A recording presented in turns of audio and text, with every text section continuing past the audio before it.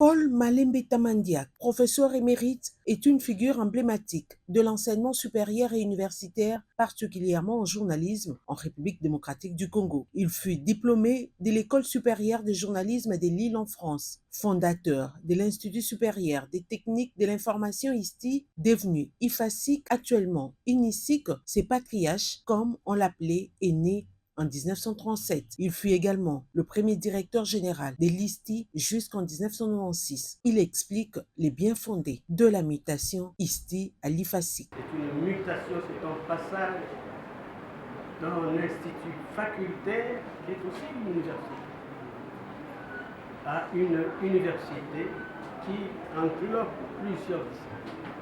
L'université, c'est ça son secret, c'est que l'université est une diversité de disciplines,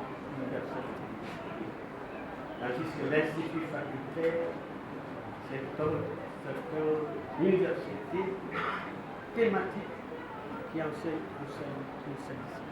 Le professeur ordinaire Malembeta Mandiak a aussi enseigné à l'université de Kinshasa et a été reconnu comme professeur émérite pour ses services rendus à l'enseignement supérieur. En 2012, l'Institut des sciences de l'information et de la communication IFASIC va lui décerner le titre de docteur honoris causa en reconnaissance de son apport significatif à la formation des journalistes en RDC. Ce grand homme des sciences fut auteur de plusieurs ouvrages dont La médiatisation de l'information pratique journalistique en République démocratique du Congo. Cet ouvrage théorise les pratiques journalistiques dans les médias traditionnels et en ligne en RDC, posant ainsi des bases, des principes et des règles. L'apport du professeur émérite Malembeta Mandiak aux États généraux de la presse a été très remarquable en 2021. En 2024, il avait conduit une délégation de professeurs émérites à l'Assemblée nationale pour plaider en faveur de l'amélioration des conditions de vie des professeurs émérites au pays. Le professeur Malembeta Mandiak demeure une référence incontournable dans les paysages